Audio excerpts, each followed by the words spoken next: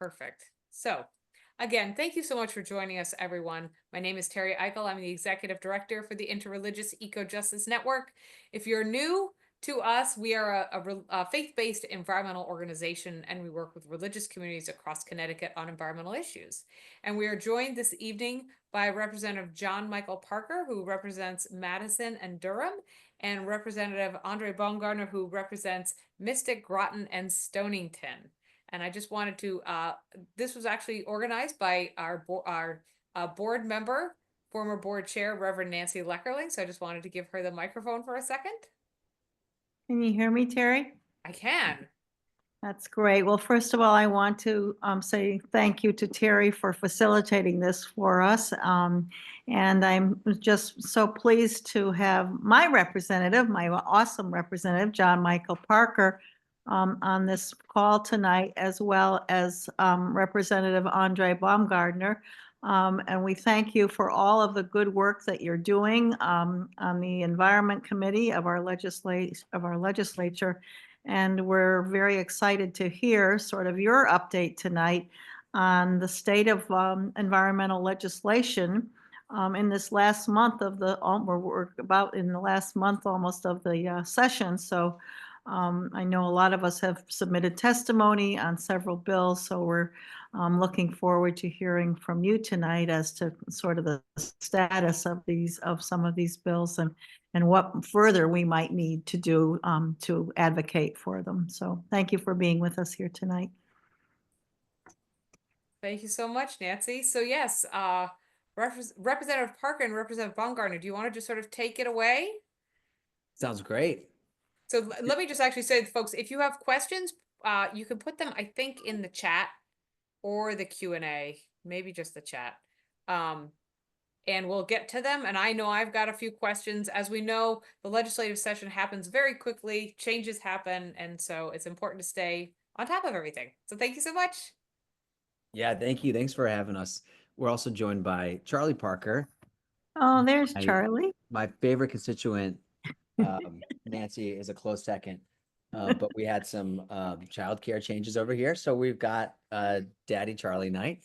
So at some point, I'll hand it over to Aundre and try to get Charlie onto his next thing. But thank you for being patient with us. It's just a privilege to be here tonight. Your advocacy is so important.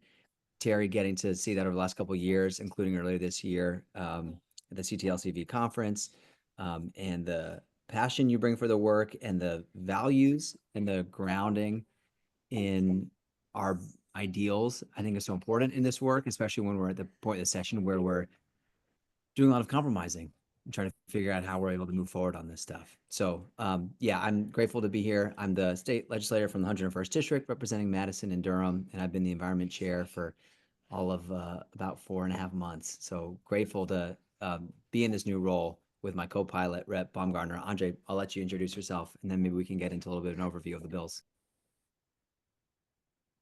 Certainly, it's great to be with you all. Hello, Charlie. Great to see you, buddy.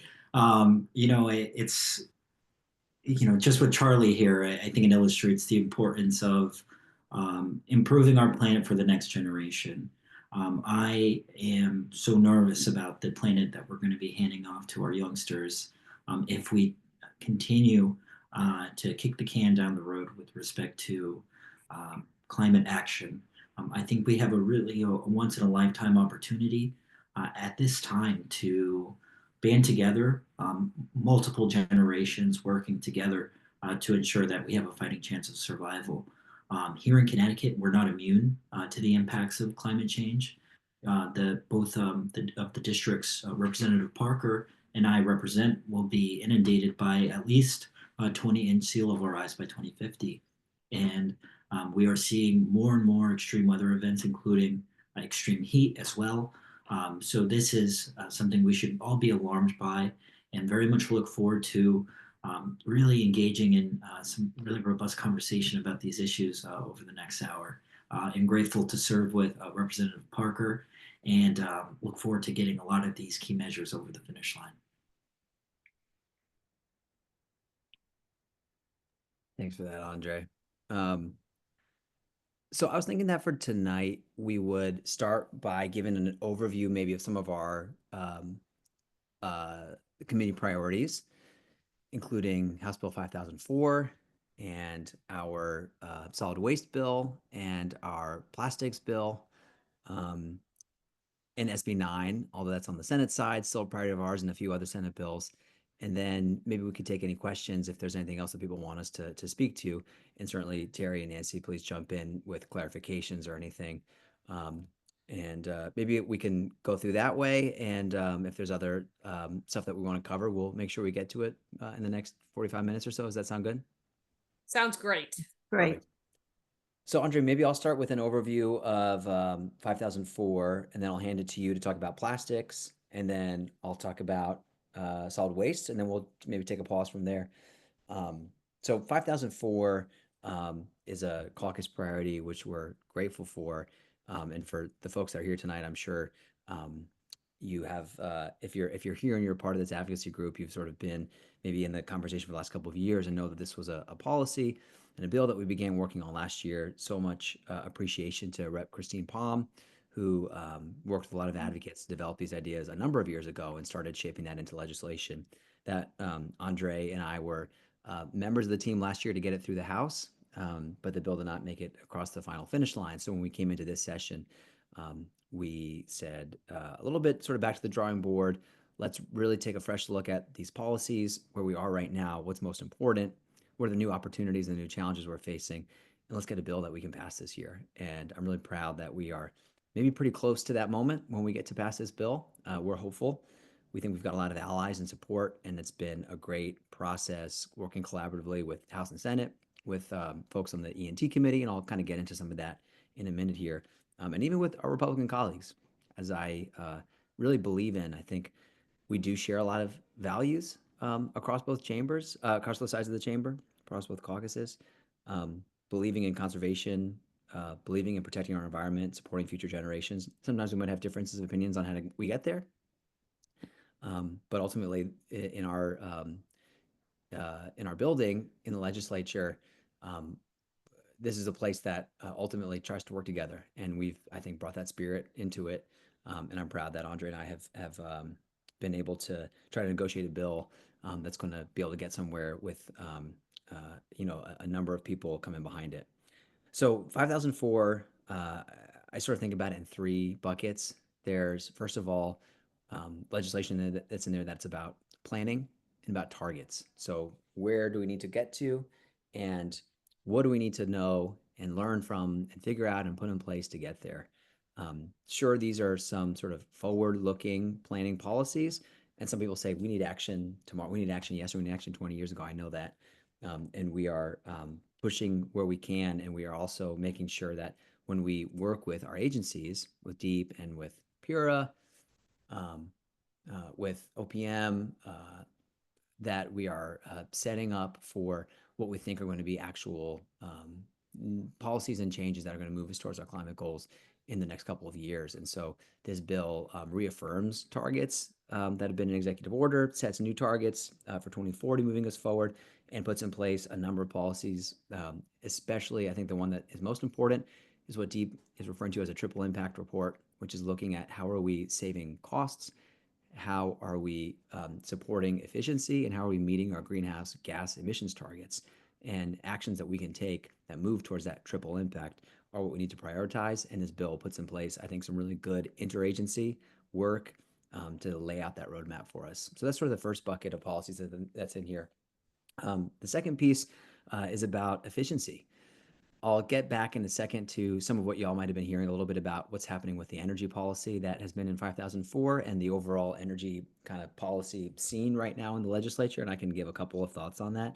And while we have considered sections that will take some really active steps, at the end of the day, we know that we can have a backstop of moving forward policies around solar, around efficiency programs, about investing in efficiency, aligning with some bonding language that's out there through our finance committee, which we're very grateful for, especially with the focus on heat pumps, and supporting energy efficiency, because at the end of the day, we know that is one of the best way to save energy and to reduce our carbon emissions and to lower costs and to keep our communities safe.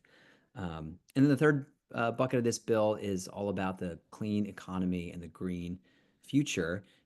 Really, the centerpiece of that is codifying what was put in place in executive order and has been sort of worked on, but is ready for the next step, and that's the Clean Economy Council, which I feel really excited about. Engaging environmentalists, engaging agencies, engaging labor are really key partners in this work to set up training programs and ways to develop these jobs of the future, some reskilling as well, and making sure that we have in Connecticut the pipelines for these jobs for the green energy, green infrastructure that we need to build and develop.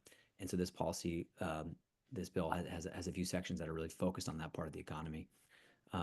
Before I wrap up and hand it over to Aundre, I do want to address, again, because I know I'm talking to a really informed group here.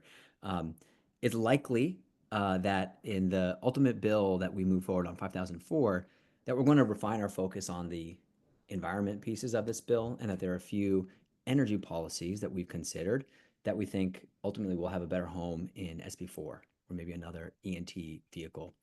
There's been a lot of E&T policy getting debated, sometimes pretty far ranging. And we know there's a lot of work that needs to be done, especially in the Senate Democrat caucus, on figuring out what the path forward is. I believe in protecting public benefits. I think that a number of members on our committee do as well.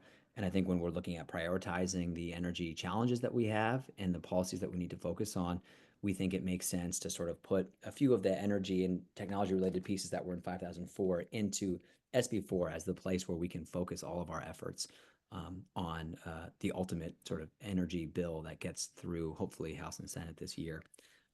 So that said, we are wanting to move 5004 in the next week or two. We think there's a moment to move quickly and to get this bill through the House early in session, send it up to the Senate with plenty of time to act on it in the next month. That was where we sort of took a stumble last year. And so I'm grateful that leadership, staff, our partners at the agencies have really been collaborative and helpful as we're getting to a final version of 5004 that we can hopefully roll out in the next week or two. So we'll be excited to share back with the advocates and organizer leaders among this group here tonight. So we can share what the final bill looks like, the timeline, and hopefully get some support.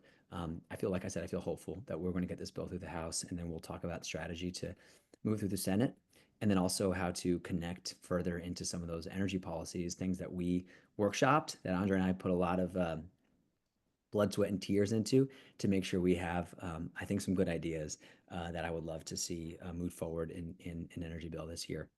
So let me hand it over to Aundre to talk about the next priority bill on the House Democrats side of the Environment Committee, and that is our plastics bill and polystyrene bill that Aundre has worked on for a couple of years.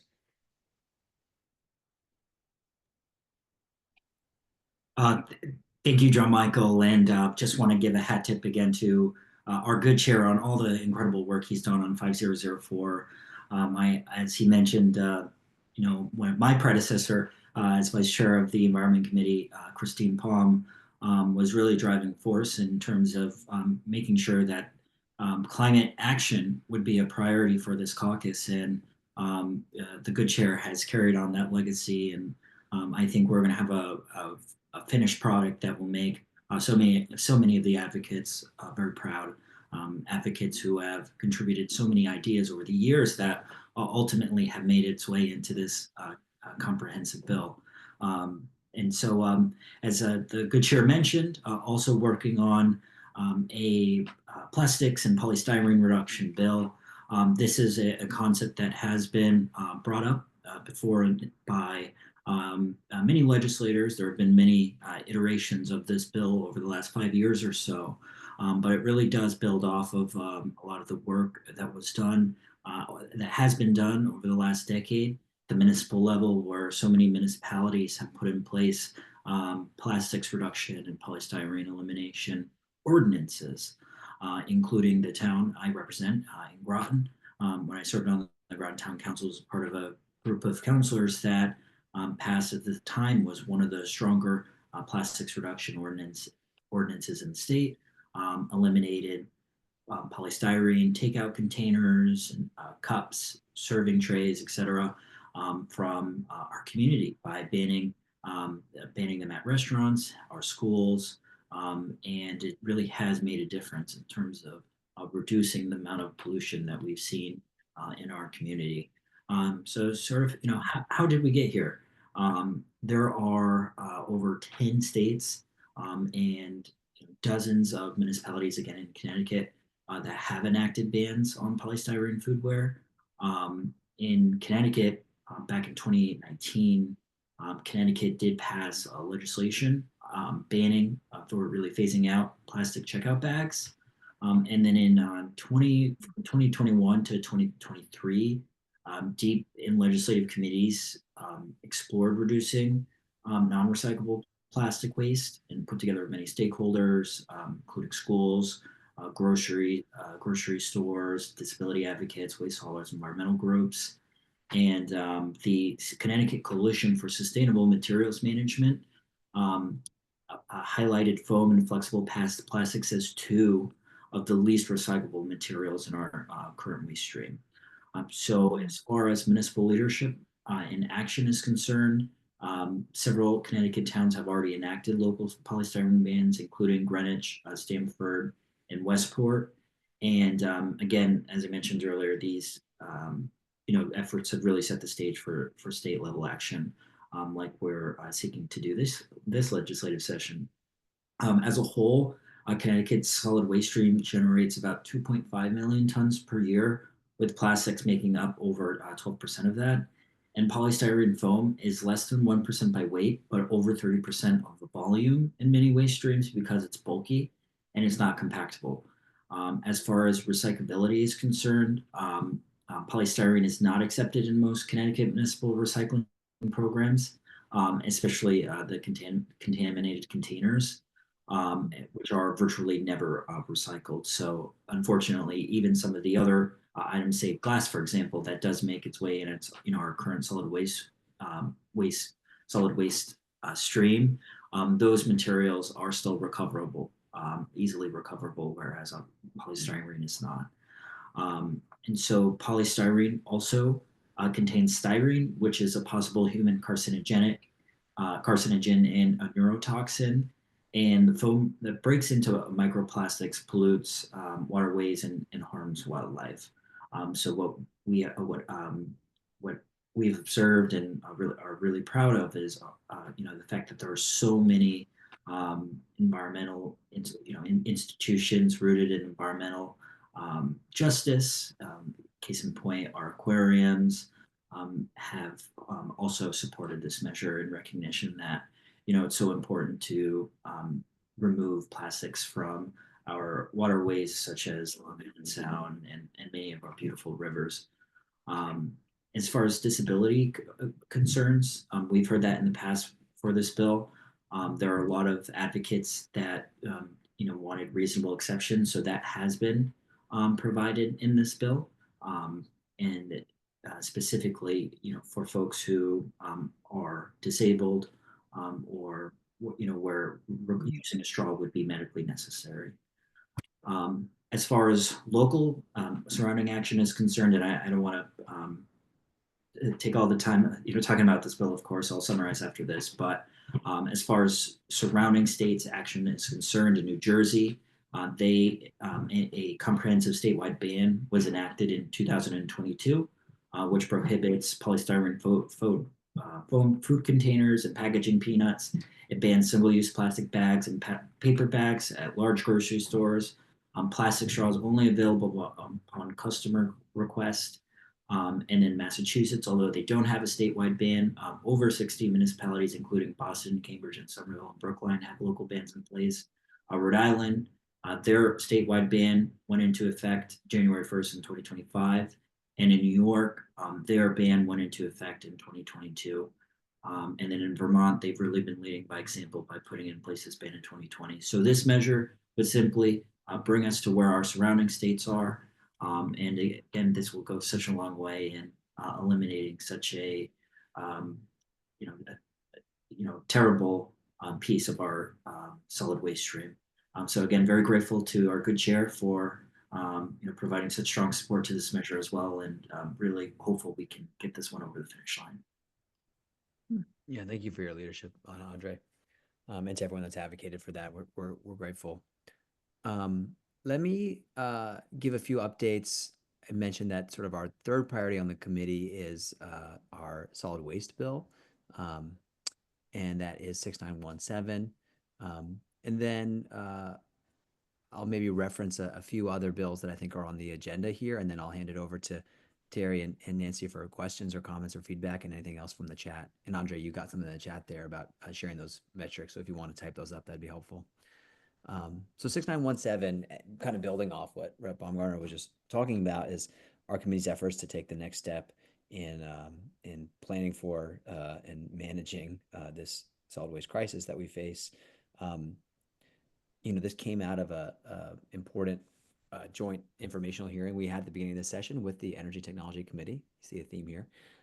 And hearing from a number of people across the sector, haulers, advocates, people that work on composting, folks that work at our agencies, of course, even some folks from out of state that shared a broader perspective to say what are the biggest challenges and what are the biggest opportunities. And so we came up with a couple of policies that we think are workable for this year.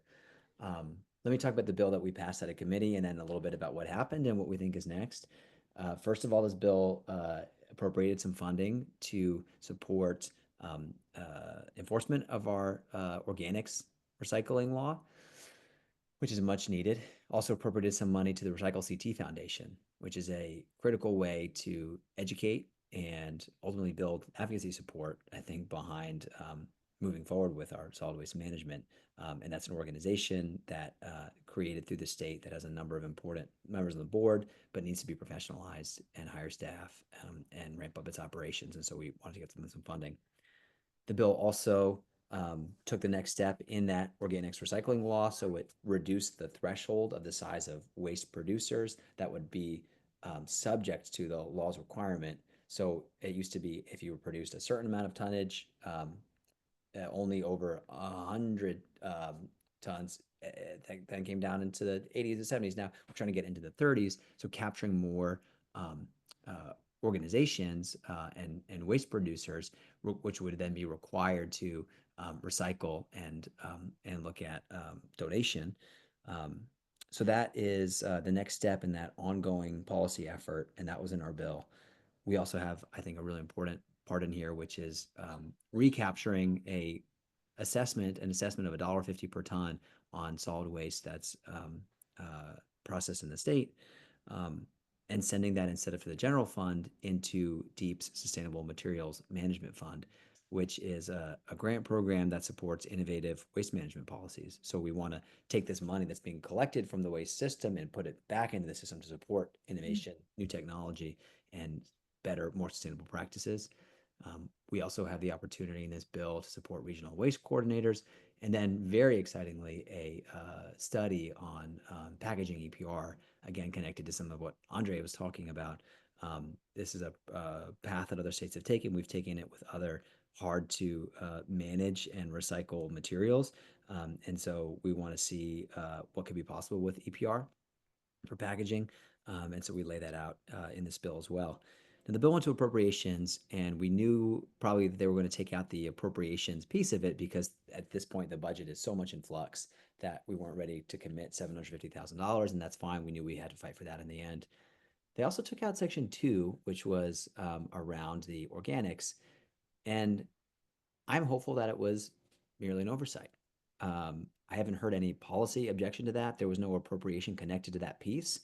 And I think it's a common sense next step given the history of this work. So Aundre and I and others are advocating to, when we get this bill through the House, bring that section back in. And of course, also to advocate for funding to support the Recycle CT Foundation and then also the enforcement of this. So I don't have the exact answer on why that was taken out at this point, other than it's a concern of mine. And this is one of our priorities, and we're going to fight to get it back in. And just to clarify, Section 2 was the section that required food donations for generators that were over 26 tons of I think food. it was 32. Was it 30? The number someone I'm sure here knows. So, but for the, and it's interesting the because point is, obviously for like yes. a group like ours, a faith-based organization, they were very interested, obviously all aspects of waste, but specifically the idea that perfectly good food could, that rather than being thrown away, could be given to people in need. So yeah, when I heard that this morning, that that particular section had been taken out, I am hopeful that it will be put back in, because that is something that is very important. Yeah, I appreciate that. I agree with you, Terry, and I appreciate you bringing that the perspective of this faith-based communities. So we're gonna be pushing for that. And like I said, I'm hopeful that there's not gonna be too much resistance on that. The funding is another question, like everything funding, especially this year. Mhm. And I'm sure many folks here are advocating also for opportunities to um, use the funding that the state has access to. So that I don't want to go too far afield from our environment focus here, but that's definitely on our minds. A few other bills that have, I think, are of interest that I'll quickly reference, and then I'll hand it over. I'll hit SB 9 as an environment bill. Um, I'll hit the rodenticides and neonics bills, and I'll hit 6249, the SEPA bill. Um, and then I'll briefly mention maybe an energy bill, and then the environmental rights amendment, which are not through our committees, but I think we can speak to them briefly. Aundre, jump in here if anything else you want to add to this. SB 9 is the resiliency bill that is really working on preparing municipalities and planning regions to um, be resilient in the face of ongoing climate change. And that's, as Aundre said, impacting places like us here on the shoreline, but communities throughout the state, as we saw, especially with flooding in this last year, and the huge impacts on communities, on agriculture, on business, on families, on health and safety. So SB 9, I think, has been a great work, especially between the legislative and the executive branch. The governor's office has been a great partner on that. They actually introduced it as a governor's bill this year, and it was also a Senate priority. So there's a lot of excitement behind that. Working through some little things around like it's catching more attention than it needs to, but section 1 around the insurance disclosures and the insurance industry and what is going to go on the declarations page and all this. I think that's small potatoes compared to what the oomph of this bill is going to do from a planning perspective. And we're hopeful. I think it saw good support in our committee. And speaking as at least the House chair, I think we feel equally passionate about this as we do with 5004, because between mitigation and resilience, I think we have a good sort of partnered step forward approach on climate this year. In terms of the rodenticides and neonics bills, I came into this year really wanted to see us make progress on these, because it's been a number of years that we've worked on these and not been able to make progress as a result of industry pushing back. I think as a result of sort of lack of unity among the caucus even. Um, and I think really trying to find out what is the strongest step we can take, while also knowing this work is work of compromise and long-term progress, right? And making a step this year and coming back for the next one in the future. So we're still figuring out where that's going to land between these two bills. I'm really interested in pushing both of them. I'm hopeful we can get a good step on both of them. There is discrepancy in the language around rodenticides between a separate House bill that we passed out of committee and what's in SB 9. And we're still figuring out where that's going to land and what's going to be possible. I would say that as a backstop, being able to move rodenticides to professional use only and to get them out of a significant part of the market and the harm of our environment could be an important step to take this year. But we had the House bill move out, which I think would go even further on that, and we're seeing what's going to be possible there. And similarly on neonics, we ended up not passing a separate neonics bill out of the House. There is language in SB 9 that sets up a mechanism through DEEP, which was the work of great effort of so many advocates. I know, trying to come together and find a policy that would be workable. When I say these things about like what's possible, what's workable, what are the considerations we're taking, just to like share with folks.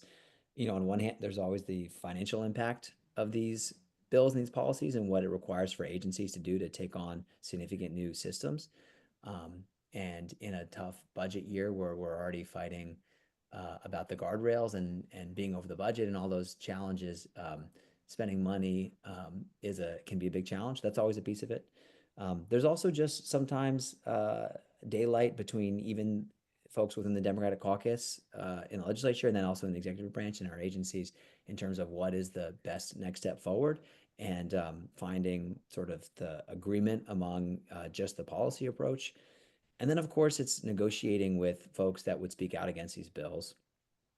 A number of them might be from the Republican caucus, as we've seen in the past, spending a lot of time slowing these things down. And the way our legislature is set up with unlimited debate and open questions, trying to pass bills that folks might not feel ready for can end up eating up a lot of time when time at the end of the day is the most precious resource we have in the legislature in the whole time, especially in these next 6 weeks. And so those are sort of the things that we're always balancing when we say, what can we get done? What's going to be possible? What compromise do we have to make to get something through that is not going to cost too much money, is not going to cause too much policy strife, and is not going to get talked for too long? And at the end of the day, we have a limited number of sort of ultimate asks we can make. And I'll just go ahead and say that from my perspective, 5004, and I think as a sort of partner there, SB9, are the most important things we need to dedicate our money and time and policy pushes to. And as we move through these other priorities that we have, as I spoke about plastics, waste, and now we look at rodenticides and neonics, those are just all the things that we have to consider because I know, as you all know and you understand deeply the intersectionality of this work, we also want to be thinking about not taking up too much time so that we can pass a good housing bill and so that we can do reproductive rights and reproductive justice work and ultimately our finance and our appropriations bills. So those are some of the considerations. I don't want to be too like cagey about that, but truly those are still a work in progress. I want to get a win on both of them this year, and I think it's possible. And I'm really hopeful that the advocates and the folks that we've worked with and that have done so much work on those policies to push leaders and legislators are going to get us to a place that we can do something on. Terry, if you want to jump I in, have please go two ahead. questions. Yeah, go ahead. One, and then they're actually about 5004 and SB9. So Okay. I'll start with SB9 because one of the things, like, we know that the language for neonicotinoids in SB9 is basically what the advocates had wanted in 2023. It's a non-ag bill, turf grass and ornamental shrubs.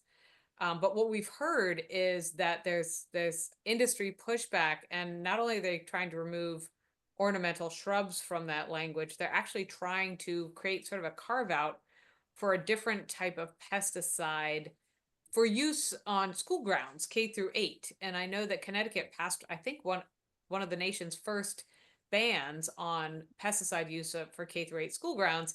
And so that's something that we're concerned about. As far as we know, like, the language in the original neonicotinoid bill was stronger, but the stuff what's currently in SB9 is certainly, that's what we wanted 2 years ago, a couple years ago. But we are concerned about the possibility of this carve out for pesticide use on school grounds. Yeah, appreciate you bringing that up, and you and other here tonight and other people that have reached out to us with a concern about that. That's been good feedback to get from the community. The brief background here is that as a part of these ongoing negotiations, folks from the industry wondered if, as part of a compromise to make some progress on banning neonics, we would allow them to use this, what they frame as what is a next generation pesticide called acelepryn, which right now cannot be used on K-8 school grounds because a lot of people did a lot of work to protect K-8 school grounds. And we spent a lot of time, I think, talking to scientists and to biologists and to advocates to try to understand what's at risk here and the comparative values of these two things. I think we're getting the message that, especially because of all the work that was done on this K-8 pesticide ban over the years by a lot of folks, that was a really big win. That this would not be the time to open that back up and consider this. So I really appreciate the advocacy that's sharing that loud and clear and hearing from experts and from passionate advocates is helpful to know when we sort of see what's possible. Ultimately, the neonics bill is in a language is in the Senate bill right now, and Senator Lopes is going to ultimately pass something through the Senate on this. But I know that he's been hearing similar feedback, so we appreciate what y'all are sharing. Thank you so much. Yeah. Yeah. So here's my Heard. other question, actually. You mentioned the energy pieces coming out of 5004 and potentially going to SB4. Can you just clarify for the group which pieces those are? Yeah, I'd say the sections that were, and Nancy, I see your hand too. I'd be happy to hear from you as well. The sections that I think are the sort of potentially biggest ENT centered, ENT centric sort of new action policies, and I'll come back to distinguish that in a second, are related to the Section 4 about the future of natural gas distribution in the state, and then sections 16 and 17 related to the thermal energy networks.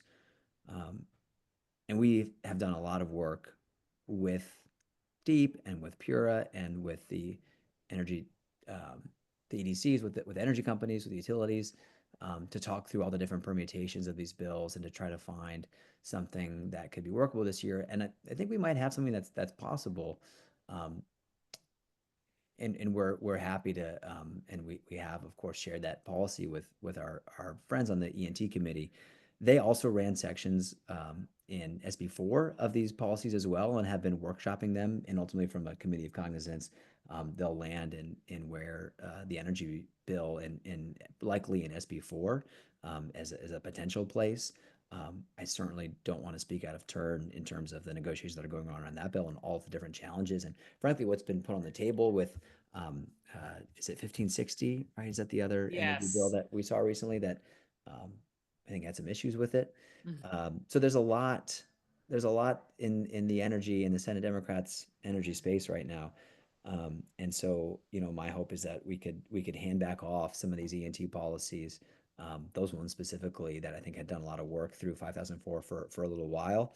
But maybe now that we're coming into the final stretch, my sense from a strategy standpoint is let's double down and focus on our environment bill, pass this bill in the House as soon as we can, send it upstairs, and then to the extent we have some momentum off of that, carry it into advocating with our partners on the ENT committee, backing up the public benefits charge, uh, um, and then seeing what new progress we can make, whether it's on future natural gas distribution, thermal energy networks, active demand response, and then a number of other policies that energy and technology has been working on. I hope that answers your question initially. No, yeah, that was helpful. Thank Nancy, you. do you have anything Nancy? else you want to add to that? That sort of goes to what my question is. Mine's sort of a procedural question. There's several, I think, important House bills that I submitted testimony on. And I guess my question is around your procedure going toward the end of the session. Would you rather put your energy toward HB 5004 and SB 9 and get those across the finish line, and then some of these other bills, the solid waste management bill, um, the gas-powered leaf blower bill, all of these other bills that maybe you just don't have the time to get around to everybody to talk these bills up. I'm just wondering about the two of you, your procedural sort of focus, from now until the end of the session. And also, how do we avoid what happened at the last day of the last session where that great environmental bill just didn't get raised? And are you talking to all these people like, I don't want to name names, but you know who I'm talking about, people who could have raised the bill, that day and didn't. Are they in your conversations now at this point so that you have confidence that if you put all your eggs kind of in this basket, that these bills will, get passed, and maybe not all the ones we want get passed will, Yeah, thanks for asking that question, Nancy. It's helpful to maybe like set the scene a little bit. And Andre, I would love to hear your perspective on all this too. So for context, we passed, I think, 53 bills out of the Environment Committee this year. Um, and, uh, there's a sense that if you can pass 15, 20 bills through the House at the end of the day, through the House and Senate, then you've made some good progress. So we had a really ambitious agenda. We put a lot on it. Um, we moved through as much as we could, and we tried to bring in again some priorities of our colleagues on the other side of the aisle, so that we could find some shared wins and work together. And I think we've made progress on that to date. For perspective, leadership comes to us, comes to chairs and says, "Hey, you get to tell us 3 priorities. Sure, you can give us a second tier, that's nice. And if you're getting into your bill 15, 16, 17, 20, 35, 53, sorry, we don't have time." So what are your top 3 priorities? And for me, that has come back to 5004, um, the waste bill and the plastics bill. Um, Now, that's not to say we're only going to do 3 bills. Hopefully, like I said, we get up to 10, 15, 20. Some of this work is about combining bills at this point and trying to make some deals to get things done more quickly. But I think, Nancy, to your question, my focus is do everything we can to get these 3 moving as fast as we can and on the Senate calendar. So this gets to your final part of your question, so that we don't have the issue we did last year where our bills don't get called in the Senate. Um, because the contentious ones, so the priority bills are all ones that are a bit more contentious. They were partisan votes in committee. They're ones that have concerns about them. That might not be a surprise. So we know that there's a little bit of work to do on them. And for me, prioritizing them and getting them done as early in session as possible is our best way to then give the Senate time to do their trades and negotiations and deals and figure out when they can call bills. Also, when they start calling House bills, they're going to want us to start calling Senate bills. And so I'd say 2 other things, Nancy, that we've done. First, Andre and I have done a lot of work on SB9 and some of the other Senate priority bills, so that when they come downstairs, we're ready to run them to sort of hold up our end of the negotiation. So we can say, yes, we're doing Senate bills, you're doing House bills, and we don't end up not having them called. The other thing I want to say really clearly is that Senator Lopes has been an awesome partner and champion on this work throughout this session. Um, we have a little bit of different styles. I think people that have come to our committee meetings, that might be no surprise. But at the end of the day, he is a progressive. He's an environmentalist. He's a champion of these issues. And what we've, I think, really done is try to get policies that we can pass in both the House and the Senate and make sure we're each sort of pulling our weight to get them called upstairs and downstairs. So I'm very hopeful about that. And Senator Lopes and other Senate leaders, our other allies in the Senate on our committee, Senator Cohen is a dear friend of mine, and Nancy here on the shoreline, Senator Marr. We have a lot of advocates that are working on this. So I think that's what we'll do to keep mitigating, put our focus, put our priorities where we can. These are our 3, this is what we're pushing. And then once we get those moving, I think and of course we're doing a lot of work on the other ones in the interim, but once we get those through, we can start to now try to pass all of our other priorities through, and ultimately, be clear with our communications and our messaging to our leaders about what our focus is. And in some ways, that decision was, in a good way, I think, made for us coming into this session when the speaker said, we're sticking with 5004. This is a priority for this caucus. We want to pass a climate bill. And so it sort of makes sense to be our number 1, but it's also nice that it's in the top 5 for the House as well. Andre, anything else that you want to add to that from your perspective about how we, prioritize and manage this? Definitely. Well, in the legislative process, I think it is important to note that we are seeing more bills within our committee um, getting referred to other committees, right? So a bill that may start, of the 53 bills that may start in the Environment Committee, they may end up getting a referral to, say, the Planning and Development Committee, Finance, Revenue and Bonding, Appropriations, depending on the content. And so these referrals bring more voices and expertise, which can strengthen the bill. And as some may be fearful that it actually may slow down the process.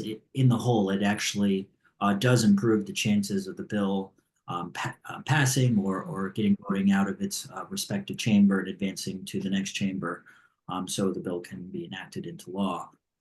So again, just making sure that all of the bills work for our municipalities and farmers. As much as we are the Committee of Cognizance for Environmental Issues, there are other environmental measures that go through multiple committees as well, or have touch points in those respective committees. So, these are complex issues, and we have to treat them in a holistic manner to be able to engage as many stakeholders across different policy areas as possible. Thank you. That's very helpful. Thank you so much. I actually have a question about, you referenced it earlier, 1560. The bill that was just raised in the Finance, Revenue, and Bonding Committee. So we've got some strong concerns, and I think everyone understands that electric rates in Connecticut are very high, and energy procurement is certainly something the state should be looking at, but we're definitely worried about some of the provisions in there, which are, eliminating the system's benefit charge and putting that into a green bond fund, and creating another agency, quasi-governmental agency, and eliminating net metering for solar. I mean, I don't know if you guys got a chance to, are either of you on that finance committee?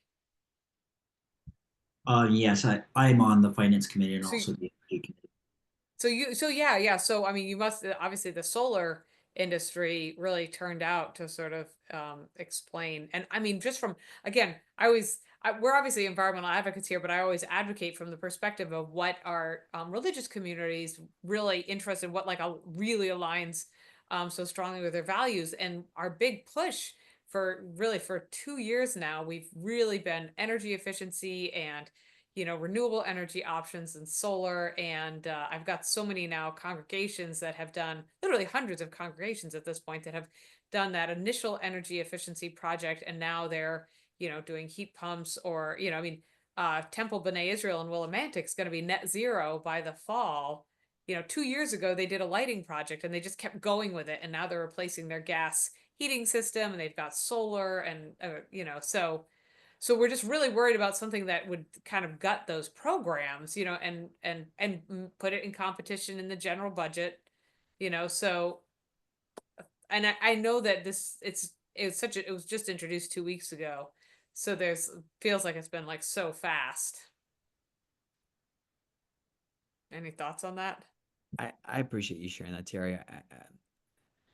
I have limited authority to speak because these bills didn't go through environment, and I'm not a part of those conversations at this point. I think what I can say is, from my personal values and what I feel comfortable voting for, I align with much of what you said there. I don't want to speak too much to where I think that bill is going, but I believe it was referred to the E&T committee. And I think the chairs of the E&T committee have been pretty vocal in their concerns about that bill. And so I would just say, let's keep an eye on what happens in that committee. And know that I think a lot of work, again, from you and your colleagues and fellow advocates, sort of banging the drumbeat on the value of the public benefits. I think that's really come through, and that feels sort of most important to me in all of this. I don't know, Aundre, do you want, I don't want to try to put you in a tough spot either, but you are sort of weirdly across energy, environment, and finance. So I don't know, this might be right in your wheelhouse, but any brilliant insights to share with everybody? Well, absolutely. I think the good chair brought up a very important point that in many respects, as much as there is an overlap in terms of issue areas or issues of cognizance for these for committees, obviously, when we're talking about energy efficiency or renewable energy, there is that overlap in terms of environmental quality, for example, right? So there are so many issue areas where committees do work on the maybe the same proposals, but maybe go at addressing it a little bit differently. But I would kind of concede that the bill that came out of the Finance Committee would undo a lot of the important important provisions of the public benefits charges, right? Provisions such as ensuring that the most vulnerable amongst us have access to affordable energy programs, right? If we do away with that, especially in times like these where we have the fiscal guardrails in place, it would be a huge hit on our state budget if we were to put energy efficiency programs for the poorest in our state in the general fund, right? So that way, essentially the alternative would be that those programs would be appropriated as opposed to automatically baked into bills that are spread across all of the ratepayers in Connecticut. I am someone who fundamentally believes we should do everything in our power to reduce the cost of energy and make it more affordable for all families. But at that same time, we should not be doing it at the expense of people who are living paycheck to paycheck. So we have to come up with these ideas responsibly and collaboratively. So it's my hope that all of the stakeholders can really find a consensus because we owe it to the ratepayers at this time.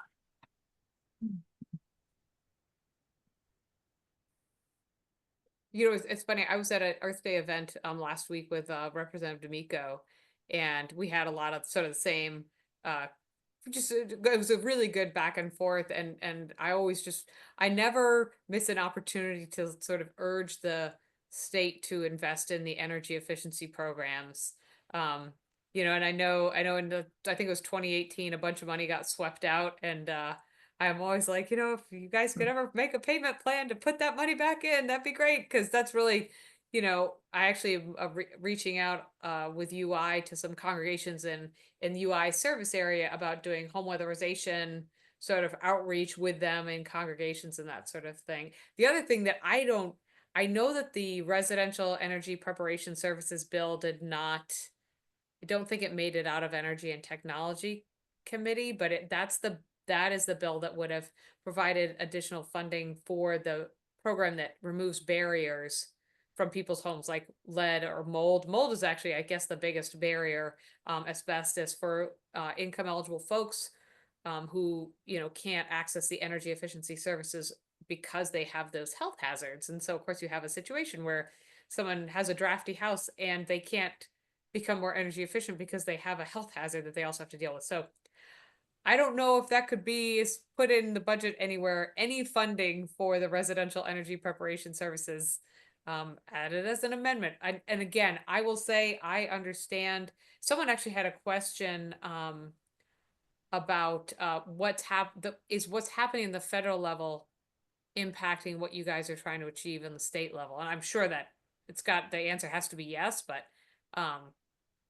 anything on that real briefly? I just wanted to say that Terry, we're trying to do some work in section 19 of 5004, uh, which deals with the Housing Environmental Improvement Revolving Loan and Grant Fund, and offering some work in there about resilience, looking at focusing on low-income homes, replacing heating, ventilation, and air conditioning equipment in the context of extreme weather events, and really focusing on the folks that have the greatest challenges there. So that was a piece of our bill that I think we're going to be able to keep in, and hopefully ENT can pick up some additional sections on that because I hear that as a real priority. To speak to the federal issue, I talk often with Commissioner Dykes about the challenges they're facing, and there definitely have already been some concerns about hits to specific grant programs, especially ones that we're part of with other states where we've been leaders in that work and bringing a coalition together. I think the biggest concern at this point is at the end of the day, cuts that would affect the 30 or so % of deep staff that are funded directly through federal funding, which, if that goes away, just makes all of these other investments that we want to do and all this other work and the reports that we're having them come up with in 5004 and otherwise, really difficult to pull off.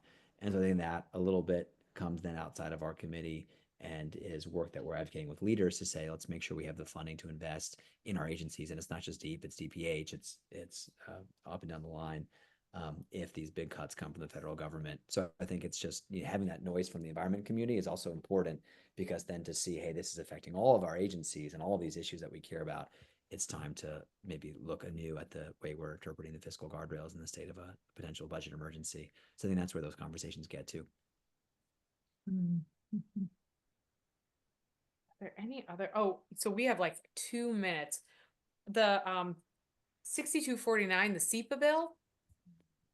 There was a great meeting last week between some advocates and environmentalists, and between the majority leader and the folks that were working on this policy. And I think there's some ongoing compromise discussion. I know that the majority leader is a strong supporter of environmental justice Sure. and is uh, aware of the environmental challenges that maybe would be unforeseen in some of the potential ways that policy could play out. And so I think he's going to be a good ally on this, and just trying to figure out if there's some compromise language that's going to make a difference in terms of the potential stated goal of that bill, which is removing sort of frivolous attempts to slow down housing, especially looking at low income housing and affordable housing, but to keep that process from getting slowed down unnecessarily, but to not do so in a way that harms environmental Yeah, protection. it's because I'm actually on the planning and zoning commission in my town. Yeah. And so when I read that, I on one hand, I don't want to see, so SEPA for those, that's a Connecticut's Environmental Protection Act, and 6249, it would basically reduce the people that could intervene in a development project to someone living within like 100 feet of the project. So it's basically the next door neighbor. And the concern, of course, is that SEPA has sort of been used as a tool for NIMBYism to say like, no, we don't want that in our place. But then the other concern, the other side, is that if we weaken SEPA, that is the thing that is our Environmental Protection Act, and it protects our waterways and that sort of thing. And so, so I think a lot of people want to see SEPA used exactly for what it's supposed to be used for. And I mean, certainly, and again, from my organization's perspective, we're very supportive of protecting water and air and land, but we also completely support affordable housing. People need a place to live, and that's something that really does need to be addressed, of course. So, I'm definitely interested in hearing what could be done. Has anyone been talking about statute 830G? Let me first say on the SEPA bill, and I know we're now over time, so this is very quick, just so people are clear. The bill that we passed out of committee actually did not take that really, I think, drastic approach to limiting to within 100 feet of the Oh, property. okay. So it sort of set that aside as that's probably too far to go and not actually productive. And it looked at, can we narrow the time that interveners have to make an appeal in the process, which is sometimes where we think it's getting stretched out. So sort of came at it from a very different approach. I think is already a much more sort of moderate, thoughtful way. But we think there could be further tweaks to that language and to that strategy. I think the limiting it to within 100 feet felt like it was going to go not take away SEPA as a tool to protect the environment, which is what we don't want to do. Right. Okay. So let me leave it at there for now. Thank you so much. Well, I know that. I just want to ask one question. What can we do for you who are on the front line here from now until the finish line? question, Nancy. How can we organize our folks who are, wanting to do things to help you get these bills passed? What are some effective things we could be doing for you to support you? I'm so grateful for that question, Nancy. I mean, coming to nights like this and learning and staying informed and sharing great questions and following up with us is so helpful. I think when we have some information about 5004 and have a sense of a timeline for that and are looking for advocacy, sort of this community is so great at getting the word spread among, again, CTLCV and Sierra Club and REJN and all the other organizing groups. So to reach out to legislators is always very helpful. And I think, as I said, this general strategy, at least from my perspective on the Environment Committee, is focusing and prioritizing 5004 and a couple of bills that we can move through, and then sort of throwing our weight behind the work of the Energy and Technology Committee and trying to give some strength to backing up the public benefits charges and some of the big challenges they're seeing. That's how at least I'm going to be moving forward. And to the extent people want to join me on that sort of strategy, I welcome that. And I think that's then like focusing where we can on the environment, getting our work done, and then sort of pivoting and saying this is what is important to us from the energy and the public benefits specifically. And I think that's what we'll see play out over the next couple of weeks. So I'd say keeping in touch with us, and for folks keeping in touch with leaders like Terry and Nancy and the other groups that you're a part of. They do such a great job of sending out alerts and getting people motivated. I'll leave one thought and then let Aundre close us. One of the first things that I was talking about when I had the chance to chair this committee, and I'm grateful for Rep. Gresko's leadership and so many before them, including a number of members of our committee, even back to Rep. Mashinsky, who still is doing this work, is that I think there might be a sense, especially with 5004 last year and in the last couple of years with all the challenges we're facing, and my God, in this time of the federal challenges we're facing and in our world, there's an opportunity, I think, to bring some joy and excitement and some energy and some vigor back into the way this committee is doing its work, and to try to focus on what's possible and progress, really, and to get some wins under our belt and keep stepping forward. And so I'm just going to try to keep reminding folks of that and trying to lead in that way, because I think that makes space to make progress and make space to bring people together, make space to soften sometimes our opponents, that especially in this last bit of session when ego and human nature, understandable human nature can rear its head even more. I think that stuff, I'm hoping that stuff can go a long way in this final stretch here. So I think you folks in this community practice that and demonstrate that kind of leadership to us. And so I would say just continue to do what you do and serve as a source of inspiration to us as the work we're doing to try to do this work with grace and humility, and respect for everyone, even if we disagree strongly with them, because I think that's how we get stuff done. So Aundre, any other final thoughts you want to add to that? And we have our prayers. Yes, that too. We'll take those too. Definitely. Again, this was such a great conversation, and really grateful to certainly John Michael and the entire Environment Committee, and our leadership for this really incredible responsibility. And we have about 6 weeks left to go in the legislative session, and we really have just ramped up the process for which we are voting out the various bills we worked on in committee.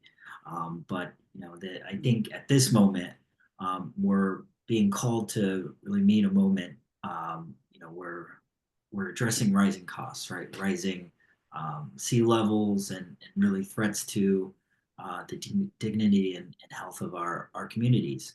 I consider myself a person of faith, and I think collectively all of us as people of faith and as public servants, we recognize that environmental justice is not just a policy priority; it's a moral obligation. So in all, I just want to thank organizations like the Interreligious Eco Justice Network, and other community-rooted nonprofits that exist in all of our communities, who are on the front lines helping our communities implementing energy efficiency, right? As you mentioned, at your respective homes of worship, steward our lands, engaging with youth, and responding with compassion and science to this terrible climate crisis we're in. But we can't do it alone. There are tools, and we really need to utilize those tools in training and trusts that come from programs at the federal level that are really right now increasingly threatened. I did want to briefly get to one of the questions posed about federal programs. My district, for example, home to Yukon Avery Point, home to Connecticut Sea Grant, for example, CIRCA, which does really important work with our municipalities, many NOAA programs, and those programs may be in crisis in the coming years because of various funding cuts that are quickly adding up. And so, when those federal programs are cut, that technical assistance disappears. And when it does, our local resilience planning is then underfunded. And it's our shoreline communities, our more rural farm towns, and the frontline environmental justice neighborhoods that will ultimately suffer. So I think that as much as the civic fabric that we've woven together is, over the years. I look at Terry, somebody that I've talked to at length about environmental justice issues in the past, but it's also a spiritual fabric that is left exposed. So it is truly, truly at risk. So, I just want to thank you all and really the faith community, which has always um, taught us that we're not called to, dominate the earth, so to speak, but to serve it as caretakers. We really need to heed that call and, invest in resilience and equity, and just the common good. So I think we have the partners to do this, and conversations like what we've had today are so important to really move in that direction. But um, I think what remains is the will to act, and I'm so inspired by young leaders like John Michael Parker and many of our elders. As was mentioned, Chair Emeritus Mary Mashinsky, who has imparted so much knowledge on this next generation of legislators that have taken up leadership mantle on this committee. So as much as we've talked about an interreligious network, I think in the Environment Committee we've cultivated an intergenerational network of legislators that are rowing in the right direction on climate action. And I'm really grateful to be able to meet this moment, and hopefully the good chair and I won't disappoint you in this group and all of the wonderful advocates in our state once we hit CNADA in early June. So thank you again for the opportunity to be with you all tonight, and again, look forward to working with you all in the future. Oh, Thank that's you. a great, thank you so much. It's a great close. So yeah, I guess, thank you everybody for joining us. Thank you especially to Representative Parker and Representative Bumgardner for being with us tonight and answering so many questions. And thank you, Nancy, for helping me put this together. And thank you to everyone who joined us this evening. I will be putting this recording up on our YouTube channel. If you are someone who registered but weren't able to come, well, you're not on it now. But anyway, the point is, it'll be up for viewing later. So stay on top of it. We have our I Care About Climate and Creation postcards that you can still send to your legislators if you want. I'll include that link in the follow-up. So thank you, everybody. I know we're a little bit over time. Thank you so much. Have a great night. Thanks, Terry. Thank you. Thanks, Nancy. Peace be Good night. with you. Have a good night. See you tomorrow, Representative. Good night. Yes, Good you night. as well. Good night, Charlie. Bye, everybody. See Hi, ya. Charlie. Good to see you too.